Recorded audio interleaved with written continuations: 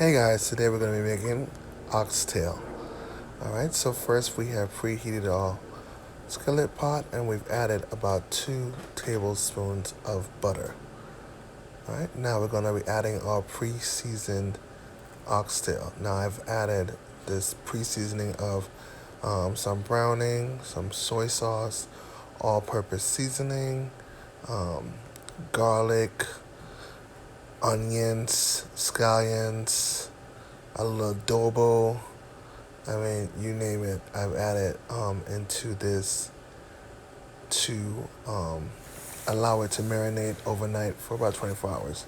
So now we're just adding a little bit more water as this is cooking down. We want to start to tenderize our meat.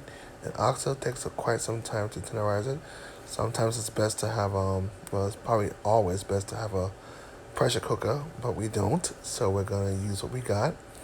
And we're just gonna slowly cook this at a medium heat. Right now I'm adding back all of the seasonings that I had added to the marinating process beforehand, and I'm also added here a Scotch bonnet pepper, which we don't want to break because we don't want to make this meat super hot.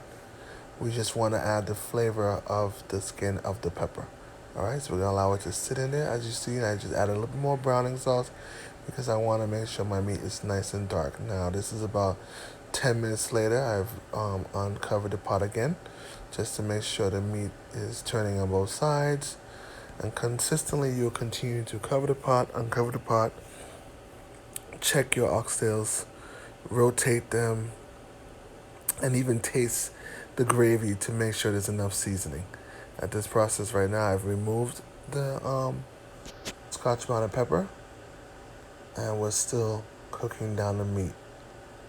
Now we're adding our butter beans, which is a larger can of butter beans. And I have to tell you, butter beans are amazing with oxtail or any stew beef because it absorbs the flavor of the gravy, but it also adds a nice thickening sauce to your dish.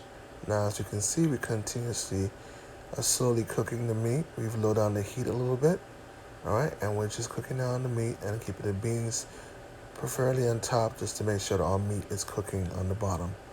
All right, we want to make sure this meat, when it gets to our mouth, it is literally falling off the bone. Now here's the finished product of oxtail with Jamaican white rice with beans. Thank you for watching. I hope you enjoyed the meal as I enjoyed making it.